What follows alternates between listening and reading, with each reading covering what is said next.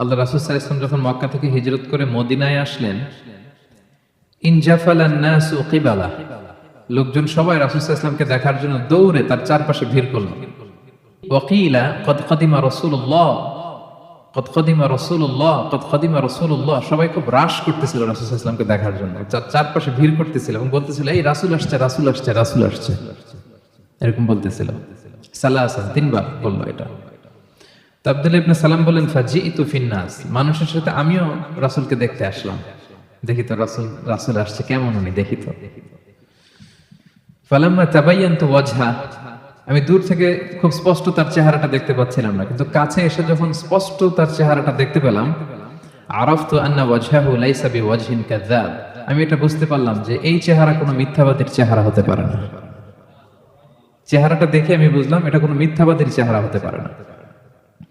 ফাকানা আউওয়ালা শাইইন সামি'তুহু তাকাল্লামা বিহি, সর্বপ্রথম তাকে যে কথাটা আমি বলতে শুনলাম সেটা হচ্ছে তিনি বলেছিলেন ইয়া আইয়ুহান নাস, হে মানব সকল, আফশুস সালাম, তোমরা সালামের প্রচার প্রসার করো, মানে বেশি বেশি সালাম দাও। ওয়া আত'ইমুত তুআম, তোমরা অন্যকে খাবার খাওয়াও। ওয়াসিলুল আরহাম, তোমরা আত্মীয়তার সম্পর্ককে, বন্ধনকে অটুট রাখো, মজবুত রাখো। ওয়াসাল্লু বিল-লাইলি ওয়ান নাসু নিয়াম, শেষ রাতে মানুষ যখন ঘুমিয়ে থাকে তখন তোমরা নামাজে দাঁড়িয়ে যাও। এই চারটা কাজ যদি করো, তাদখুলুল জান্নাতা বিসালাম, শান্তির সাথে তোমরা জান্নাতে প্রবেশ করতে পারবে। সম্মানিত সুধী, এই ছিল আজকের আমাদের হাদিস, সুনান ইবনে মাজাহ। হাদিসটি সহিহ এবং এই হাদিসটির আলোকে ইফতারির আগ পর্যন্ত আমি কিছু আলোচনা আপনাদের সামনে রাখবার চেষ্টা করব ইনশাআল্লাহ বিইজনিল্লাহ। আমরা যখন দারসুল হাদিস দেই, কোন হাদিসের ব্যাখ্যা বিশ্লেষণ যখন করি, তখন হাদিসের কিছু ন্যারেটরস থাকে, কারা এই হাদিসটা বর্ণনা করেছে। তো হাদিসের যে রাবি বা বর্ণনাকারী, তার সম্পর্কে জানা জরুরি। তো শুরুতে আমি এই হাদিসের বর্ণনাকারী সম্পর্কে দু একটি কথা আমি আপনাদেরকে বলবো। এই হাদিসের বর্ণনাকারী হচ্ছেন আব্দুল্লাহ ইবনে সালাম রাদিয়াল্লাহু তাআলা আনহু। মজার ব্যাপার হচ্ছে, উনি যখন এই হাদিসটা বর্ণনা করতেছিলেন তখন উনি ইসলাম ধর্ম গ্রহণ করেননি, তখন উনি ধর্মে ছিলেন ইহুদি। ধর্মে কি ছিলেন? আপনারা কি সবাই আমার কথা বুঝতে পারতেছেন? আব্দুল্লাহ ইবনে সালাম তখন ধর্মে কি ছিল? ইহুদি ছিল। আপনারা জানেন যে রাসূল সাল্লাল্লাহু আলাইহি ওয়াসাল্লাম মক্কা থেকে মদিনায় হিজরতের আগে মদিনার নাম কিন্তু মদিনা ছিল না, এই শহরের নাম ছিল ইয়াসরিব। ইয়াসরিব মানে প্রতিশোধ নেয়া, প্রতিশোধের শহর। তো রাসূল এসে বললেন, আমি হচ্ছি রাহমাতাল লিল আলামিন, ওয়া মা আরসালনাকা ইল্লা রাহমাতাল লিল আলামিন, I have sent you as a mercy for the entire universe. নবী হে, আমি আপনাকে গোটা বিশ্বের জন্য রহমত করে পাঠিয়েছি। তো রাসূল বললেন, আমি হচ্ছে রাহমাতাল লিল আলামিন, রহমতের নবী, আর আমি যেই শহরে বাস করব ওই শহরের নাম হবে প্রতিশোধের শহর। ইম্পসিবল, কোয়াইট ইম্পসিবল, হতেই পারে না। রাসূল ইসলামের শহরের নাম চেঞ্জ করে দিলেন, চেঞ্জ করে নাম রাখলেন তওবা কিংবা তৈবা, মানে পবিত্র শহর বা মদিনাতুন নবী। সেখান থেকে এই শহরের নাম হয়ে গেল মদিনা। তো রাসূল ইসলাম এই শহরে হিজরত করে আসার আগে, আপনারা যারা ইতিহাস জানেন তারা জানবেন যে এই শহরটা, এই এলাকাটা ছিল একটা multi religious city, multi cultural city. ওখানে প্যাগানসরা থাকতো আর জিউসরা থাকতো, অর্থাৎ মুশরিকরা থাকতো আর ইহুদিরা থাকতো। মুশরিকদের মধ্যে আবার দুই ভাগ, আউস খাজরাজ, দুইটা ট্রাইব। আর জিউসদের মধ্যে তিন ভাগ, কুরাইজা, বনু নাজির, বনু কাইনুকা, এই তিনটা গোত্র থাকতো। তো এই যে আব্দুল্লাহ ইবনে সালাম, উনি ছিলেন বনু কাইনুকা ট্রাইবের একজন লোক, অনেক বড় ইহুদি পণ্ডিত। ওনার অনেক খেজুর বাগান ছিল। রাসূল সাল্লাল্লাহু আলাইহি ওয়াসাল্লাম যখন হিজরত করে আসবেন, ওই সময় উনি ওনার খেজুর বাগানে কাজ করতেছিলেন। তো রাসূল সাল্লাল্লাহু আলাইহি ওয়াসাল্লাম মক্কাতে নির্যাতিত হচ্ছেন। মদিনার আউস খাজরাজের লোকেরা নবুয়তির 11-12 বছরে রাসূল সাল্লাল্লাহু আলাইহি ওয়াসাল্লামকে ওথ দিয়ে আসলো, শপথ করে আসলো। প্রথমে বলল আনুগত্যের শপথ, হে নবী আমরা ঈমান আনলাম, আনুগত্য করব। পরের বছর পলিটিক্যাল বাইআ দিল, রাজনৈতিক শপথ, মানে হে নবী আপনাকে আমরা পলিটিক্যাল শেল্টার দিব, আসেন। আদাম বিদ্দাম ওয়াল হাদমুল হাদাম, মানে আমাদের জীবন আপনার জীবন, আমাদের রক্ত আপনার রক্ত সমান সমান। আমরা নিজেদেরকে বাঁচাতে যতটুকু কোশিশ করি, আপনাকে বাঁচাতে আমরা সেটা করব।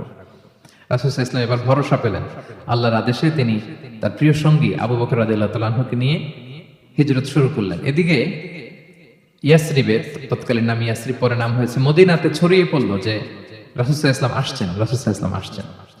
কবে আসছেন, কবে আসবেন কেউ জানে না। তো প্রতিদিন সকালবেলা লোকজন ফুল নিয়ে, এটা নিয়ে সেটা নিয়ে তারা সানিয়াতুল ওয়াদা নামক একটা জায়গায় তারা দাঁড়িয়ে থাকতো যে কখন আসে দেখি, কখন আসে দেখি। দিন যায়, হঠাৎ করে একদিন রাসূল সাল্লাল্লাহু আলাইহি ওয়াসাল্লাম আসলেন। যখনই তিনি ইয়াসরিবে আসলেন তখন চারদিকে একটা গুঞ্জরণ শুরু হলো যে বিশ্বনবীর শুভাগমন হয়েছে, বিশ্বনবী এসেছেন। লোকজন চারদিকে একটা রাশ করতে শুরু করলো যে আমরা দেখতে যাব, নবী এসেছেন। ওই যে নবী এসেছেন ওই কথাটা উনি খেজুর বাগানে কাজ করা অবস্থায় শুনেছিলেন আব্দুল্লাহ ইবনে সালাম। আর তখনই সবার সাথে উনিও এই ক্রাউডের সাথে মিলে দেখতে গিয়েছিলেন। তারপরে কি হয়েছিল সেটা আপনার হাদিসে শুনেছেন। তো রাসূল সাল্লাল্লাহু আলাইহি ওয়াসাল্লাম আসার পরে উনি রাসূল সাল্লাল্লাহু আলাইহি ওয়াসাল্লামকে টেস্ট করার জন্য একবার গিয়েছিলেন যে আসলে এটা নবী কিনা, কারণ উনি তো ইহুদি ছিলেন এবং তাওরাত কিতাবের বড় পণ্ডিত ছিলেন। রাসূল সাল্লাল্লাহু আলাইহি ওয়াসাল্লাম আসার পরে এখানে অ্যাপয়েন্টমেন্ট নিয়ে দেখা করতে গেলেন এবং যে বললেন যে আমি আপনাকে 3টা প্রশ্ন করব, এই প্রশ্নের উত্তর নবী ছাড়া কেউ জানে না, যে নবী সেই কেবল এর উত্তর জানে, আপনি যদি উত্তর দিতে পারেন বুঝবো আপনি সত্য নবী। রাসূল সাল্লাল্লাহু আলাইহি ওয়াসাল্লাম বললেন হ্যাঁ তুমি নির্ভয়ে বলো। তো সে যে প্রথম প্রশ্ন রাসূল সাল্লাল্লাহু আলাইহি ওয়াসাল্লামকে করতে আরম্ভ করলো যে মা হুয়া আউয়ালু আশরাতিস সাআহ, আপনি যদি সত্য নবী হয়ে থাকেন বলেন তো কিয়ামতের প্রথম আলামত কি? রাসূল সাল্লাল্লাহু আলাইহি ওয়াসাল্লাম বললেন তারপর? এরপর সে জিজ্ঞেস করলো মা হুয়া আউয়ালু তাআমিন ইয়াকুলুহু আহলুল জান্নাহ, জান্নাতীরা যখন জান্নাতে যাবে ঢুকেই প্রথমে তাদেরকে কি দিয়ে আপ্যায়ন করা হবে, কি খাবে? রাসূল সাল্লাল্লাহু আলাইহি ওয়াসাল্লাম বললেন তারপর? আব্দুল্লাহ ইবনে সালাম, তখনও তার নাম আব্দুল্লাহ ইবনে সালাম হয় না, তখন নাম ছিল হুসাইন বা হাসিন ইবনে সালাম। ইসলাম ধর্ম গ্রহণের পর রাসূল সাল্লাল্লাহু আলাইহি ওয়াসাল্লাম নাম দিয়ে দিলেন আব্দুল্লাহ। তারপর সে বলল যে সন্তান যখন হয় সন্তানের চেহারা কখনো হয় বাবার মতো, কখনো হয় মায়ের মতো, এর কারণটা কি? এই 3টা প্রশ্নের উত্তর নবী ছাড়া কেউ জানে না। আপনি যদি নবী হন তাহলে বলেন। আপনাদের কি মনে হয় রাসূল সাল্লাল্লাহু আলাইহি ওয়াসাল্লাম বলতে পারবে নাকি? হ্যাঁ পারবে। রাসূল সাল্লাল্লাহু আলাইহি ওয়াসাল্লাম বললেন একটু আগেই জিবরাইল আলাইহিস সালাম এই 3টা প্রশ্নের উত্তর আমাকে শুনিয়ে গিয়েছে। ওমা ইয়ানতিকু আনিল হাওয়া ইন হুয়া ইল্লা ওয়াহয়ু ইউহা, তিনি বানিয়ে মন গড়া কিছু বলেন না, আল্লাহ তাআলার পক্ষ থেকে যে বার্তা আসে ওইটাই তিনি পৌঁছে দেন। তো তিনি বললেন শোনো, তুমি প্রথম যে প্রশ্ন করেছো যে কিয়ামতের সর্বপ্রথম আলামত কি, কিয়ামতের আউয়ালু আশরাতিস সাআতি ফানারুন তাহশুরুহুম মিনাল মাশরিকি ইলাল মাগরিব, কিয়ামতের প্রথম আলামত হচ্ছে দাবানল, একটা আগুনের দাবানল দাউ দাউ করে জ্বলতে জ্বলতে মানুষগুলোকে পৃথিবীর পূর্ব প্রান্ত থেকে পশ্চিম প্রান্তে নিয়ে জড়ো করবে। This is the first sign of Qiyamah. 2 নম্বরে তুমি জিজ্ঞেস করেছো যে জান্নাতীরা জান্নাতে ঢুকলে কি দিয়ে আপ্যায়ন করা হবে। রাসূল সাল্লাল্লাহু আলাইহি ওয়াসাল্লাম বললেন যে আউয়ালু তাআমিন ইয়াকুলুহু আহলুল জান্নাতি ফাজিয়াদাতু কাবিদিল হুত, জান্নাতীরা যখন জান্নাতে ঢুকবে তাদেরকে মাছের ভুনা কলিজা বা কলিজার পাশে একটা জায়গা আছে, এই অংশটাকে ফ্রাই করে প্রথমে আপ্যায়ন করানো হবে। 3 নম্বরে তুমি জিজ্ঞেস করেছো যে সন্তানের চেহারা কখনো বাবার মতো মায়ের মতো, কারণ কি? এর কারণ হচ্ছে ফিজিক্যাল ইন্টিমেসির সময় যদি হাজবেন্ডের সিমেন প্রবল হয় তাহলে বাচ্চার চেহারা বাবার মতো হয়, আর যদি মায়ের যে ওভাম ডিম্বাণু এটা প্রবল হয় তাহলে চেহারা মায়ের মতো হয়। এই কথা শুনে আব্দুল্লাহ ইবনে সালাম চিৎকার দিয়ে উঠলো, সে বলল আশহাদু আল্লা ইলাহা ইল্লাল্লাহ ওয়া আশহাদু আন্নাকা রাসূলুল্লাহ, আমি সাক্ষ্য দিচ্ছি আমি মদিনার সবচেয়ে বড় ইহুদি পণ্ডিত, আমি তাওরাতের আলেম, আমি সাক্ষ্য দিচ্ছি যে আল্লাহ ছাড়া কোনো ইলাহ নেই এবং নিশ্চয়ই আপনি আল্লাহ তাআলার প্রেরিত রাসূল। তো এই হচ্ছে আব্দুল্লাহ ইবনে সালামের রাদিয়াল্লাহু তাআলা আনহু আরদার ইসলাম ধর্ম গ্রহণের ঘটনা। তিনি রাসূল সাল্লাল্লাহু আলাইহি ওয়াসাল্লামের ইন্তেকালের পরেও প্রায় 33 বছর বেঁচে ছিলেন। তিনি 43 হিজরিতে ইন্তেকাল করেছেন। ওনার নাম আগে ছিল হাসিন ইবনে সালাম। ইসলাম ধর্ম গ্রহণের পরে রাসূল সাল্লাল্লাহু আলাইহি ওয়াসাল্লাম বললেন তোমার নাম হচ্ছে আজকে থেকে আব্দুল্লাহ। কি নাম? আব্দুল্লাহ। পরে উনি পরিচিত হয়ে গেলেন আব্দুল্লাহ ইবনে সালাম নামে। অনেকে আমাকে প্রায় সন্তান হলে জিজ্ঞেস করে যে ছেলের নাম কি রাখবো, মেয়ের নাম কি রাখবো। এই যে আব্দুল্লাহ নামটা আপনাদের কেমন লাগে? ভালো লাগে?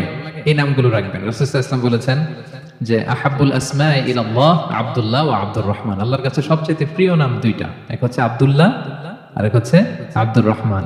অর্থ হচ্ছে আল্লাহর গোলাম আর রহমানের গোলাম। আমরা সবাই কার গোলাম? প্রিয় ভাই এবং বোনের আওয়াজ করে বলুন তো আমরা কার গোলাম? আমরা আল্লাহর গোলাম। তো এই হচ্ছে হাদিসের রাবি আব্দুল্লাহ ইবনে সালামের ঘটনা। উনি এই হাদিসটা বর্ণনা করেছেন। উনি বলছেন যে রাসূল সাল্লাল্লাহু আলাইহি ওয়াসাল্লাম যখন মদিনায় আসলেন মানুষজন ভিড় করতে আরম্ভ করলো, ভিড় ঠেলে আমিও গেলাম। যে আমি যখন দেখলাম ওনার চেহারাটা স্পষ্ট করে আমি বুঝলাম যে এ চেহারা কোনো মিথ্যাবাদীর চেহারা নয়, কারণ রাসূল সাল্লাল্লাহু আলাইহি ওয়াসাল্লামের চেহারার মধ্যে একটা নূরানি আভা ছিল, একটা নূরানি একটা গ্লো ছিল, একটা বিউটি ছিল। অনেক কাফের আছে শুধু রাসূল সাল্লাল্লাহু আলাইহি ওয়াসাল্লামের চেহারা দেখেই কালিমা পড়ে মুসলমান হয়েছে, চেহারা সৌন্দর্য দেখে। তো উনি খুব মনোযোগ দিয়ে শুনতে লাগলেন, দেখি নবী আসছে, কি বলে রাসূল সাল্লাল্লাহু আলাইহি ওয়াসাল্লাম সর্বপ্রথম যে কথাটা বললেন, ইয়া আইয়ুহান নাস, ওহে মানুষেরা, আফশুস সালাম, তোমরা বেশি বেশি সালাম দাও, আত'ইমুত তাআম, মানুষকে খাবার খাওয়াও, সিলুল আরহাম, আত্মীয়তার বন্ধনকে অটুট রাখো, ওয়াসাল্লু বিল লাইলি ওয়ান নাসু নিয়াম, মানুষ যখন ঘুমিয়ে থাকে তখন তোমরা নামাজ পড়ো, তাদখুলুল জান্নাতা বিসালাম, তাহলে শান্তির সাথে জান্নাতে প্রবেশ করতে পারবে। তাহলে রাসূল সাল্লাল্লাহু আলাইহি ওয়াসাল্লাম এসেই কয়টা কথা বললেন? সবাই বলতে হবে, কয়টা কথা বললেন? চারটা। উনি সবেমাত্র মদিনায় আসলেন, মদিনার একটা ভঙ্গুর রাষ্ট্র ব্যবস্থাকে উনি মেরামত করবেন, সংস্কার করবেন। এখন যে কথাটা বলবেন, এই কথাগুলো গুরুত্বপূর্ণ না? গুরুত্বপূর্ণ। মালয়েশিয়ার honourable prime minister Anwar Ibrahim যখন প্রধানমন্ত্রী হলেন, উনি প্রথম যখন জাতির উদ্দেশ্যে ভাষণ দিলেন, এটা গুরুত্বপূর্ণ ছিল না? ছিল। যে কেউ কোনো বড় দায়িত্বে আসলে যখন কথা বলে, প্রথম কথাগুলো খুব গুরুত্বপূর্ণ থাকে। রাসূল সাল্লাল্লাহু আলাইহি ওয়াসাল্লাম এই ভঙ্গুর সমাজকে, এই রাষ্ট্রকে মেরামত করবেন। এসেই জাতির উদ্দেশ্যে যেই কথাটা বলছেন, এই কথাগুলোর কিন্তু অনেক ওজন আছে, অনেক গুরুত্ব আছে। প্রিয় ভাই এবং বোনেরা, তিনি 4 দফা কর্মসূচি দিয়েছিলেন মদিনায় এসেই, মদিনার সাধারণ জনগণের সাথে মিশে কর্মসূচি দিয়েছেন। কয় দফা? 4 দফা। প্রথমে বলেছেন শান্তির পয়গাম পৌঁছে দাও, তার মানে হি ওয়াজ এ পিস লাভার। রাসূল সাল্লাল্লাহু আলাইহি ওয়াসাল্লাম শান্তিকামী ছিলেন, তিনি অশান্তি পছন্দ করতেন না। পিস এন্ড হারমোনি কিভাবে সোসাইটিতে এনশিওর করতে হয়, এটা ছিল ওনার লক্ষ্য। প্রথম কথা থেকে বোঝা যায়। প্রথমে বলে নাই এই জিকির করো সবাই, সুবহানাল্লাহ আলহামদুলিল্লাহ, বলছে এটা? না। প্রথমে বলে নাই এই মেয়েরা সবাই পর্দা করো, মাথায় কাপড় দাও, বলছে? প্রথমেই বলেছেন শান্তির পয়গাম পৌঁছে দাও, সুবহানাল্লাহ। তিনি শান্তির নবী ছিলেন, তিনি শান্তি প্রতিষ্ঠার জন্য, পিস এন্ড হারমোনি করার জন্য আজীবন কাজ করেছেন। এবং মদিনাতেও তিনি এই 3 ধর্মের লোকদেরকে নিয়ে পিস এগ্রিমেন্ট করেছেন। যে কুরাইশরা আক্রমণ করেছে তাদের সাথে তিনি পিস এগ্রিমেন্ট করেছেন, শান্তি চুক্তি। প্রথম কথা হচ্ছে শান্তির বাণী পৌঁছে দাও। কারণ মদিনাতে রাসূল সাল্লাল্লাহু আলাইহি ওয়াসাল্লাম হিজরতের 5 বছর আগে একটা গৃহযুদ্ধ হয়েছিল, প্রচন্ড বড় গৃহযুদ্ধ। এটাকে বলে বুআসের যুদ্ধ, বুআস, আউস এবং খাজরাজ ট্রাইবের মধ্যে। তো সবেমাত্র গৃহযুদ্ধ শেষ হলো, এখন কি প্রতিষ্ঠা করতে হবে? হ্যাঁ বলেন তো একটু। সবেমাত্র গৃহযুদ্ধ শেষ হলো, একটা ভঙ্গুর রাষ্ট্র, এটা তো মেরামত করতে হবে, কি বলেন? তো প্রথম কাজটা কি? To establish piece in the society. এবং সেই কথাটাই রাসূল সাল্লাল্লাহু আলাইহি ওয়াসাল্লাম বললেন। রাসূল সাল্লাল্লাহু আলাইহি ওয়াসাল্লামের কথা বলার টাইমিং বুঝতে হবে, ওনার মাইন্ডসেট বুঝতে হবে, ওনার ফিলোসফি বুঝতে হবে। He was the greatest philosopher ever in the world. পৃথিবীর সবচেয়ে বড় দার্শনিক ছিলেন আমাদের নবী। তিনি কোনো কথা এলোপাথারি আন্দাজে বলে দেয় না, একটা বড় এইম রেখে। গৃহযুদ্ধ শেষ হলো, এই রাষ্ট্রকে আমাকে মেরামত করতে হবে, প্রথমে আমাকে শান্তি প্রতিষ্ঠা করতে হবে। এজন্য প্রথমেই বললেন আফশুস সালাম, আফশুস সালাম, শান্তির পয়গাম পৌঁছাও। যুদ্ধ, বিগ্রহ, বিশৃঙ্খলা, chaos in the society, এগুলোকে থামিয়ে দাও। এটা ছিল প্রথম মেসেজ। তারপর কি বললেন? ওয়া আত'ইমুত তাআম, মানুষকে খাবার খাওয়াও, ফুড শেয়ার করো। এটা সিম্পলি শুধু খাবার খাওয়ানো বুঝলে হবে না, খাদ্য সংকট দূর করো। খাদ্যদ্রব্য মানুষের নাগালে নিয়ে আসো, মানুষের ঘরে ঘরে খাবার পৌঁছে দাও। কারণ আগে তো পেট ঠিক থাকতে হবে, কি বলেন? বাংলা একটা কথা বলে যে পেটে খেলে পিঠে সয়। এবং আরবরা একটা কথা বলে যে এইখানে পৌঁছার আগে তোমাকে এইখানে পৌঁছতে হবে। মানে কারো হৃদয়ে পৌঁছতে হলে আগে কোথায় পৌঁছতে হয়? পেটে পৌঁছতে হয়। তো রাসূল সাল্লাল্লাহু আলাইহি ওয়াসাল্লাম শান্তির কথা বলার পরপরই বললেন যে আগে খাদ্য সমস্যা দূর করো, খাদ্য সংকট দূর করো। এই যে আমাদের বাংলাদেশে এখন একটা খাদ্য সংকট যাচ্ছে না, এটা কিন্তু অনেক বড় ধরনের সমস্যা। খাদ্য ঠিক, ফুড আইটেম ঠিক, তো সব ঠিক। রাসূল সাল্লাল্লাহু আলাইহি ওয়াসাল্লাম বললেন খাদ্যের সংকট দূর করো, ঘরে ঘরে খাবার পৌঁছে দাও। The vulnerable people of the society, তাদের প্রতি টেক কেয়ার করো, লুক আফটার করো, অনাহারের মুখে খাবার পৌঁছে দাও। এটা ছিল দ্বিতীয় কর্মসূচি। 3 নম্বরে বললেন ওয়াসিলুল আরহাম, আত্মীয়তার বন্ধনকে মজবুত করো। এই যে কিনশিপ টাইজ, এই বন্ডেজটাকে আরো মজবুত করো। কারণ নিজেরা নিজেরা যুদ্ধ করলে কি আর শান্তি থাকবে? থাকবে না। আত্মীয়তার বন্ধনকে মজবুত করো। সব শেষে বললেন নামাজের কথা। আমরা কারোর সাথে দেখা হইলে প্রথমে কি বলি? আগেই বলি নামাজ পড়েন, দাড়িটারে লম্বা করেন, মাথায় একটা টুপি দেন, বোরকা পরেন। এই কঠিন কঠিন কথা বলে আমরা মানুষকে দিন থেকে ভাগাই। তো রাসূল সাল্লাল্লাহু আলাইহি ওয়াসাল্লাম প্রথমে বললেন পিস এস্টাবলিশ করো, এরপরে বললেন ফুড প্রিভিলেজ নিশ্চিত করো, খাবার আছে কিনা প্রত্যেকের পেটে, আগে এটা বলো, ঘরে ঘরে খাবার আছে কিনা, বিত্তশালীরা খাবার পৌঁছে দাও। এরপরে বললেন নিজেরা মারামারি করো না, ডোন্ট কিল ইচ আদার, নিজেদের বন্ডেজটাকে মজবুত রাখো। সব শেষে স্পিরিচুয়াল ডেভেলপমেন্টের কথা বললেন, যে এই তিনটা তো 4 দফা কর্মসূচির 3টা তো তোমাদের নিজেদের মধ্যে সোশ্যাল এঙ্গেজমেন্ট, এবার হচ্ছে ডিভাইন এঙ্গেজমেন্ট, ডিভাইন পাওয়ারের সাথে নিজেদের সম্পর্ক জুটে দাও। যখন সবাই ঘুমায় তুমি ঘুমিয়ে যেও না, তুমি জায়নামাজ বিছিয়ে সেখানে কান্নার ঝড় তুলো, সেখানে রবের সাথে একটা স্ট্রং অ্যাটাচমেন্ট গড়ে তোলো। রাসূল সাল্লাল্লাহু আলাইহি ওয়াসাল্লাম বলেন 4টা কাজ যে করবে তাদখুলুল জান্নাতে বিসালাম, সহজেই সে আল্লাহর জান্নাতে ঢুকে যাবে।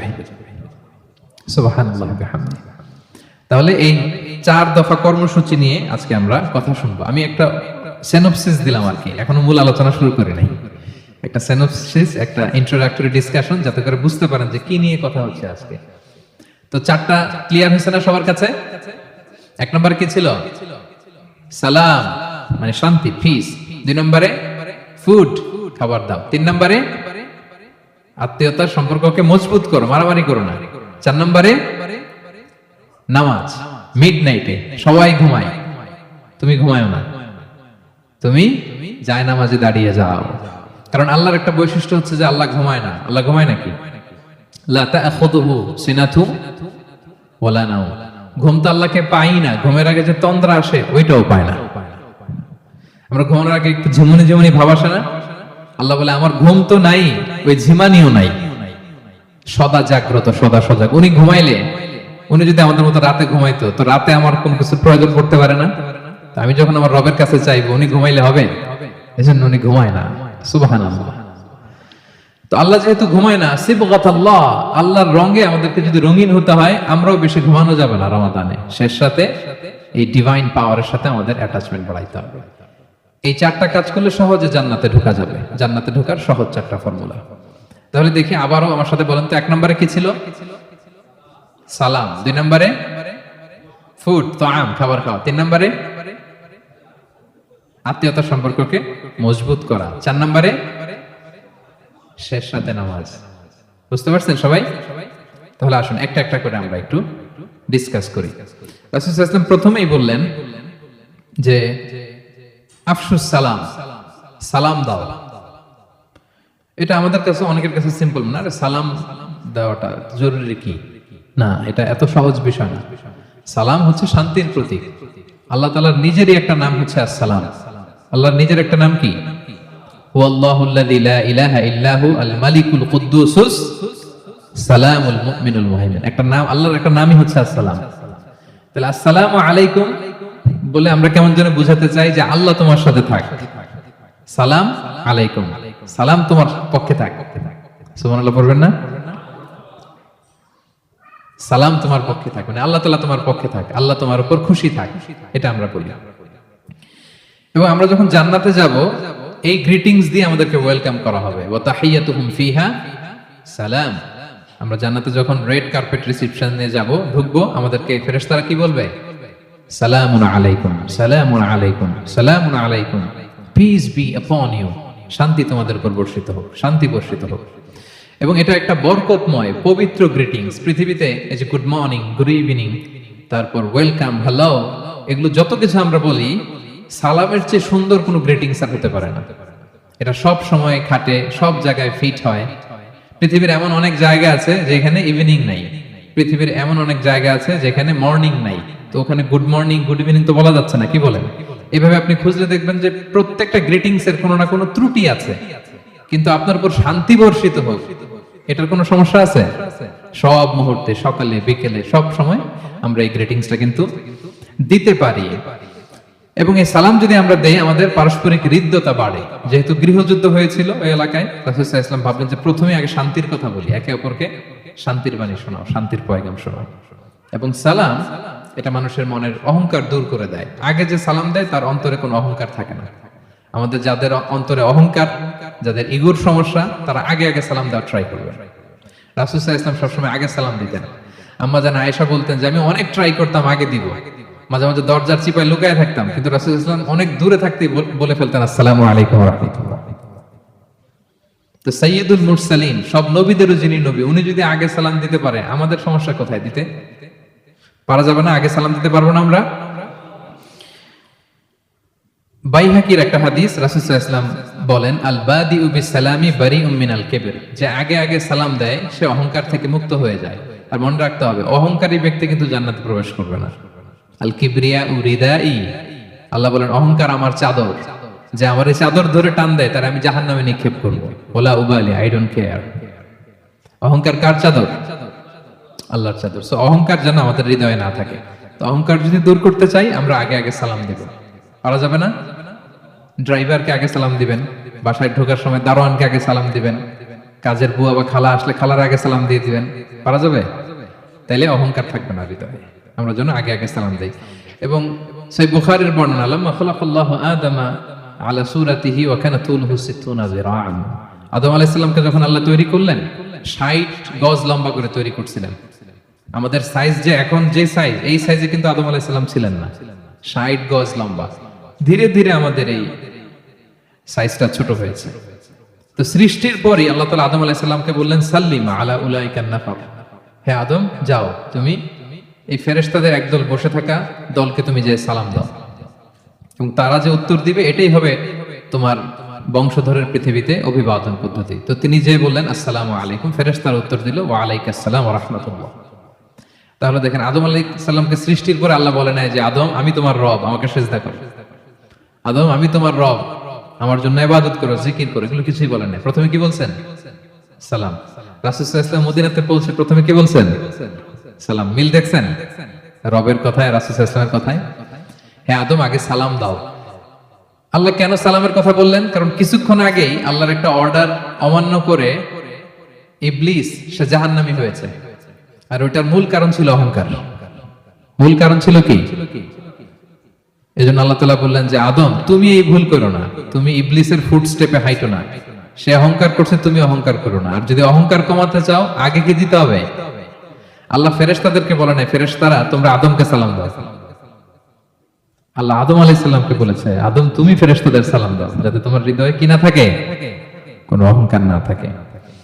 সহিহ মুসলিমের একটা বর্ণনা, রাসূল সাল্লাল্লাহু আলাইহি ওয়াসাল্লাম বলেন আওয়ালা আদুল্লুকুম আলা শাইইন ইযা ফাআলতুমুহু তাহাবাবতুম, আমি কি তোমাদের এমন একটা টিপসের কথা বলবো না যেটা তোমরা করলে তোমাদের মধ্যে ভালোবাসা বাড়বে?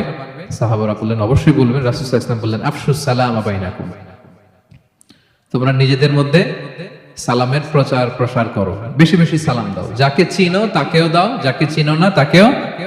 আলা মান আরাফতা ওয়া মান লাম তা'রিফ, বিষ্ণু ইসলামের বাণী। চিনলেও দিবা, না চিনলেও দিবা। আমাদের মধ্যে একটা ভুল কাজ করে, যেটা আমরা অনেক সময় অচেনা লোকদের দেই, চিনাদেরকে দেই না। ভাবে আমার আব্বার আর কি সালাম দেবে, আমার ছেলের আর কি দেবে, আমার বন্ধুই তো, সে তো আমার ওরে আবার কিসের সালাম? সালাম তো যারে চিনি না তারে। ব্যাপারটা কি এমন? কথা বলেন না, যাকে চিনেন না সবাইকে দিতে হবে। এক লোক সালামের ফজিলতের ওয়াজ শুনে বাসায় যেয়ে তার বউকে সালাম দিস। বউ বলে ঘটনা কি, তুমি কি আমার চিনো না? বউ কি বলে? বউকে সালাম দেওয়ার পর বউ কি বলে? তুমি কি চিনো না আমারে, সালাম দিলা? তো বউ ভাবছে অচেনা মানুষকে সালাম দেয়া লাগে। প্রিয় ভাই এবং বোনেরা, না, যাকে চিনবেন তাকেও সালাম দিবেন, যাকে চিনবেন না তাকেও আপনি সালাম দিবেন।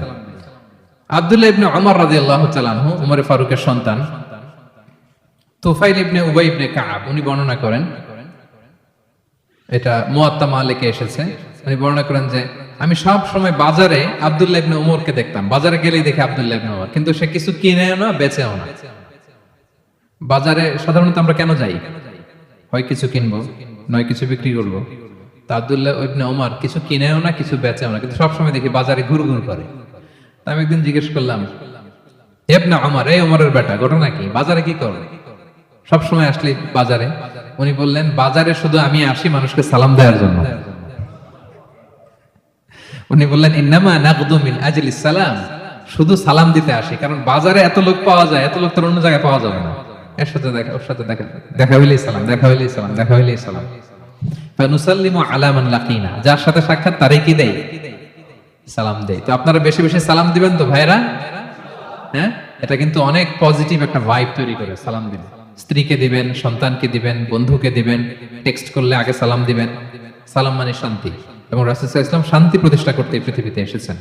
মদিনাতে যে মদিনার ভঙ্গুর রাষ্ট্র মেরামতের জন্য ওনার প্রথম দফা ছিল শান্তির বাণী পৌঁছাও। প্রথম দফা কি? শান্তির বাণী পৌঁছাও। তাহলে এই পয়েন্টটা সবার ক্লিয়ার, তাই না? আচ্ছা, 2 নম্বরে চলে যায়। 2 নম্বরে রাসূল সাল্লাল্লাহু আলাইহি ওয়াসাল্লাম কি বলেছিলেন? অন্যকে খাবার খাওয়া, আত'ইমুত তাআম, মানুষকে খাবার খাওয়াও। এটা অনেক ভালো একটা গুণ, অনেক বড় একটা বৈশিষ্ট্য, অন্যকে খাবার খাওয়ানো। সূরাতুল ইনসানে বিশ্বাসীদের বৈশিষ্ট্য বর্ণনা করতে যে আল্লাহ তাআলা বলেন, ওয়া ইউত'ইমুনা তাআমা আলা হুব্বিহি মিসকিনাও ওয়া ইয়াতীমা ওয়া আসীরা। আমার বিশ্বাসী বান্দারা তারা মিসকিনদেরকে খাবার খাওয়ায়, ইয়াতীমদেরকে খাবার খাওয়ায়, ও আসীরা এবং কারাবন্দীদেরকে খাবার খাওয়ায়। এবং তারা বলে, ইন্নামা নুতঈমুকুম লিওয়াজহিল্লাহ, তোমাদেরকে যে খাওয়ালাম এটা আল্লাহর সন্তুষ্টির জন্য খাওয়ালাম। লা নুরিদু মিনকুম জাযাআ ওয়ালা শুকুরা, তোমাদের কাছে কোনো আমি কৃতজ্ঞতাও চাই না, কোনো প্রতিদানও চাই না। প্রতিদান নিব একজনের কাছ থেকে, তিনি কে? এই মাইন্ডসেটটা আমাদের থাকতে হবে। অনেকে মনে করে যে যাকাত দিলাম, খাওয়ায় আমি কি যেন একটা করে ফেলছি। মানুষকে খাবার দিয়ে, যাকাত দিয়ে আমি কি যেন একটা করে ফেলেছি। না, আপনি প্রতিদান আল্লাহর কাছে চাইবেন, তাদের কাছে কোনো প্রতিদানও চাবেন না, কৃতজ্ঞতাও চাবেন না। কৃতজ্ঞতা, প্রতিদান এগুলো আমাদেরকে দিবে কে? আল্লাহ তাআলা দিবে। এবং তাদেরকে আল্লাহ প্রশংসা করেছেন। এই অভ্যেস যাদের আছে, এই ক্যারেক্টারিস্টিক যাদের, যারা অন্যকে খাবার খাওয়ায়, কোনো প্রতিদান চায় না, থ্যাঙ্কস চায় না, আল্লাহ তাআলা তাদের প্রশংসা করেছেন। সূরাতুল বালাদের 14 নম্বর আয়াতে আল্লাহ তাআলা বিশেষ কোন সময় খাবার খাওয়ালে বেশি সওয়াব আল্লাহ বলছেন, আও ইতআমুন ফি ইয়াউমিন যী মাসগাবা, দুর্ভিক্ষের সময় যখন খাদ্যের সংকট, খাবারের দাম বেশি, তখন মানুষকে খাবার খাওয়ানো এটা বেশি সওয়াবের। এই যে বাংলাদেশে এখন পত্রিকা খুললেই দেখা যায় যে এটার দাম এত, গরুর গোশতের দাম এত, খাসির গোশতের দাম এত, চালের দাম এত, মানে নাভিশ্বাস। সাধারণ মানুষের খুব কঠিন অবস্থা। এই মুহূর্তে যদি আপনি পণ্যের দাম কমিয়ে দেন, এই মুহূর্তে যদি আপনি মানুষের কাছে খাবার পৌঁছে দেন, এর চেয়ে ভালো কাজ আর হতে পারে না। এজন্য রাসূল সাল্লাল্লাহু আলাইহি ওয়াসাল্লামের দ্বিতীয় দফা ছিল খাবার খাওয়া। দ্বিতীয় দফা কি? খাবার খাওয়া। খাবার খাওয়ালে কিন্তু হৃদ্যতা বাড়ে। শুধু খাবেন না, খাবেন এবং খাওয়াবেন, মানে দুটোই করবেন আর কি। খাবো এবং খাওয়াবো, এই মেন্টালিটি যেন আমরা গড়ে তুলি। এক সাহাবী রাসূল সাল্লাল্লাহু আলাইহি ওয়াসাল্লামকে জিজ্ঞেস করলেন, ইয়া রাসূলুল্লাহ, আইয়ুল ইসলামি খাইর, ইসলামের সবচেয়ে ভালো কাজ কোনটা? রাসূল সাল্লাল্লাহু আলাইহি ওয়াসাল্লাম বললেন, তুতঈমুত তাআম, মানুষকে খাবার খাওয়াবা, ওয়া তাকরাউস সালাম, মানুষকে সালাম দিবা, আলা মান আরাফতা ওয়া মান লাম তা'রিফ, যাকে চিনো যাকে চিনো না সবাইকে সালাম দিবা। সংক্ষেপে একটা টিপস দিলেন। সবচেয়ে ভালো কাজ কয়টা? 2টা, খাবার খাওয়ানো, সালাম দেওয়া। পাইছেন? একসাথে কিন্তু চলে আসছে একটা হাদিসে, সহিহ বুখারীর হাদিস, হাদিস নাম্বার 28। এবং রাসূল সাল্লাল্লাহু আলাইহি ওয়াসাল্লামের একটা বৈশিষ্ট্য ছিল, তিনি মানুষকে খাওয়াতেন। রাসূল সাল্লাল্লাহু আলাইহি ওয়াসাল্লামের আরেকটা অ্যাটিটিউড দেখেন, উনি নিজে না করে কোনো কাজ অন্যকে বলতেন না। ওই যে সালামের কথা বলছেন, সালাম দাও, তার মানে কি এমন যে উনি সালাম দেন না, সালামের জন্য বসে থাকে বড় হুজুর হয়ে? আগে আগে সালাম দিতেন রাসূল সাল্লাল্লাহু আলাইহি ওয়াসাল্লাম। খাবার খাওয়ানোর ক্ষেত্রে একই, অনেক খাওয়াতেন মানুষকে, অনেক খাওয়াতেন। রাসূল সাল্লাল্লাহু আলাইহি ওয়াসাল্লামের হাতের রান্না খায় নাই এরকম লোক মক্কায় খুঁজে পাওয়া দুষ্কর। মানুষকে খাওয়াতেন তিনি। এবং 40 বছর বয়সে তিনি যখন নবী হলেন, ওহী রিসিভ করলেন, ওহী রিসিভ করে রাসূল সাল্লাল্লাহু আলাইহি ওয়াসাল্লাম কাঁপতে আরম্ভ করলেন, শেকিং, ট্রেম্বলিং, জ্বর এসে গেল গায়ে। কাঁপতে কাঁপতে আম্মাজান খাদিজার কাছে এসে বললেন, জাম্মিলুনি জাম্মিলুনি, আমাকে কম্বল দিয়ে চাপা দাও, আমি বোধহয় বাঁচবো না। আম্মাজান খাদিজা আশ্বাস দিয়ে বললেন, সান্ত্বনা দিয়ে বললেন, ইয়া রাসূলুল্লাহ, আপনি ভয় পাবেন না, আপনি ভয় পাবেন না, আল্লাহ আপনাকে অপদস্থ করবে না। কারণ আপনার মধ্যে 5টা গুণ আছে, যেই মানুষের মধ্যে এই 5টা গুণ থাকবে আল্লাহ কখনো তারা অপদস্থ করতে পারে না। এর মধ্যে 1 নম্বর হচ্ছে ইন্নাকা লা তাসিলুর রাহিম, আপনি আত্মীয়তার সম্পর্ক বজায় রাখেন। 2 নম্বর হচ্ছে তাহমিলুল কাল্লা, আপনি মানুষের বোঝা বইয়ে দেন। যারা বোঝা বইতে পারে না, আপনি তাদের বোঝা নিজের মাথায় নেন। ওয়া তাকসিবুল মা'দুম, যার উপার্জনের ব্যবস্থা নেই তাকে আপনি উপার্জন করে দেন। ওয়া তাকরিউদ দাইফ, আপনি মেহমানদারি করেন। 4 নম্বর গুণ। 5 নম্বর হচ্ছে ওয়া তুঈনু আলা নাওয়াইবিল হক, সত্য যেখানে বিপন্ন আপনি সেখানে সত্যের বীর সেনানী হয়ে দাঁড়িয়ে যান। এই 5টা গুণ যার মধ্যে থাকে তার কোনো বিপদ নাই। হে নবী, আমি আপনার বলতে পারি আল্লাহ আপনাকে অপদস্থ করবেন না। তাহলে পাঁচটার মধ্যে একটা হচ্ছে তাকরি আদ-দাইফ, আপনি মেহমানদারি করেন। রাসূল সাল্লাল্লাহু আলাইহি ওয়াসাল্লাম অনেক বেশি মেহমানদারি করতেন। সব নবীদের এটা বৈশিষ্ট্য ছিল, তারা আপ্যায়ন করতেন, এই হসপিটালিটি, এন্টারটেইন করতে পছন্দ করতেন মানুষকে। তাহলে 2 নম্বর রাসূল সাল্লাল্লাহু আলাইহি ওয়াসাল্লামের দফা কি ছিল? খাবার খাওয়াও, খাদ্য সংকট দূর করে দাও, অসহায় প্রতিবেশী, অসহায় মানুষদের মুখে খাবার খাওয়াও। প্রিয় ভাইরা, সহিহ মুসলিমের একটা হাদিসে এসেছে যে আল্লাহ তাআলা কিয়ামতের ময়দানে বনি আদমকে ডেকে কি বলবেন, দেখেন খুব মজার হাদিস।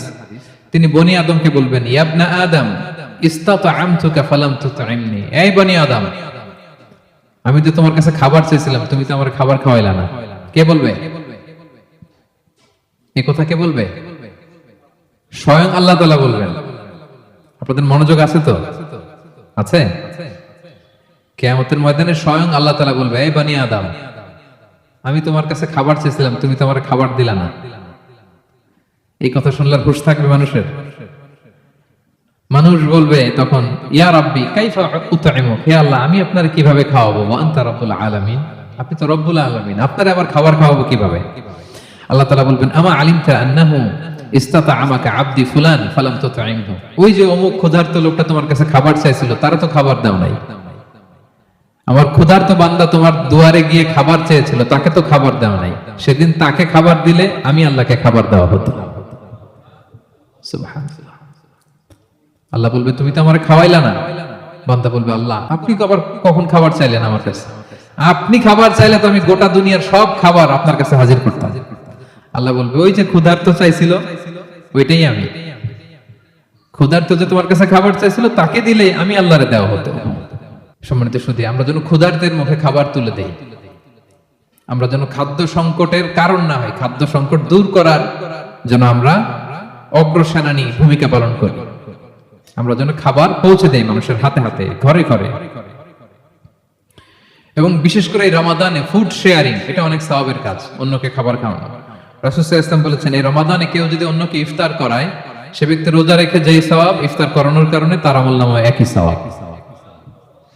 তো সাহাবারা বললেন, কুলনা ইয়া রাসূলুল্লাহ লাইসা কুল্লুনা ইয়াজিদু মা নুফাত্তিরু বিহি সাইম, আমাদের তো এত সামর্থ্য নাই, আমরা তো গরিব মানুষ, আমরা এত ইফতারি খাবার কিভাবে খাওয়াবো?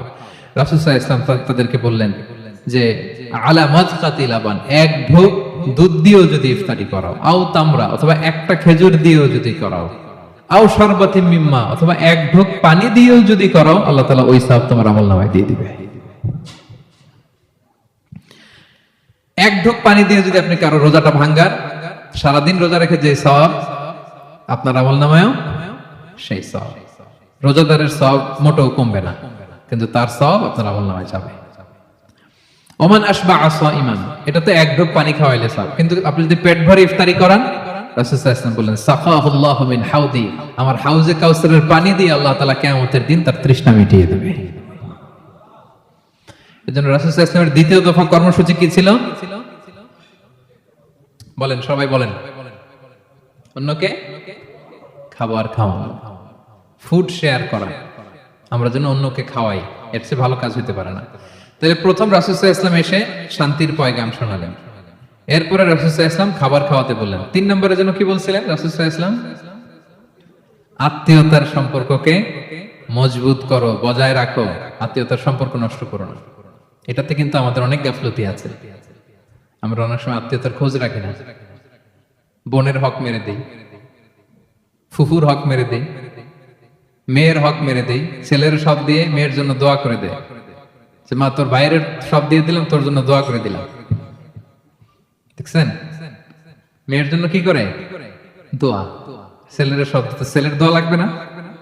হ্যাঁ, দোয়া তো আপনি সবার জন্য করবেন, কারো অধিকার যেন আমরা নষ্ট না করি। আল্লাহ সব মাফ করে, অন্যের অধিকার নষ্ট হলে, কারো রাইটস ভায়োলেট হলে সেটা আল্লাহ মাফ করবেন না, খবরদার, এটা যেন আমরা কখনো না করি। ওয়াত্তাকুল্লাহ আল্লাযী তাসাআলুনা বিহি ওয়াল আরহাম, সূরা নিসা আল্লাহ তাআলা বলছেন আল্লাহরেও ভয় করো আর আত্মীয়তার সম্পর্ক ছিন্ন হওয়াকে ভয় করো, খবরদার। ফুফু, বোন, বোনের সম্পর্ক এটা দূরের কথা, অনেকে মা বাবার সাথেই সম্পর্ক রাখে না। এরকম কপাল পোড়াও আছে না? নাই? দেখবেন যে এদিকে দাগ দাগ ফালাই দিছে নামাজ পড়তে পড়তে, মায়ের খোঁজ রাখে নাই। আচ্ছা, মায়ের সাথে কিছু একটা হয়েছে, মায়ের খোঁজ না রেখে উনি দাগ ফালাই দিছে কপালে, আর মক্কায় যে জান্নাত খুঁজে। যে জান্নাত মায়ের পায়ের নিচে আল্লাহ ফেলে রাখছে। গোটা দুনিয়াটাকে 100 বার বিক্রি করলেও জান্নাতের একটা টেবিলের দাম হবে?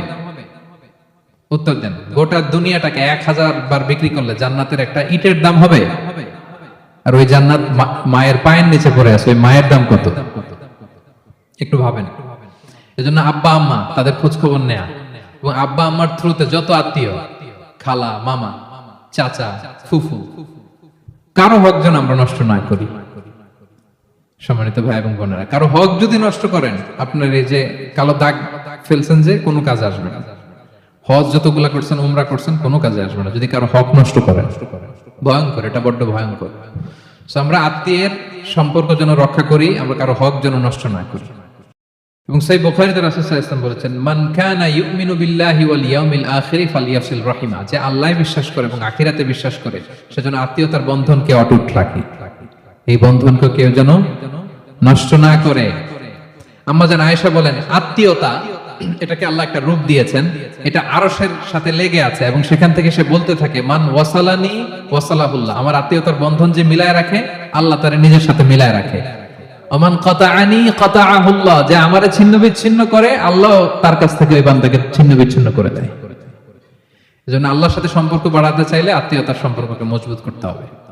রাসূল সাল্লাল্লাহু আলাইহি ওয়াসাল্লাম সব সময় তার আত্মীয়দের খোঁজ খবর রাখতেন, সব সময় আত্মীয়দের জন্য উপহার পাঠাতেন।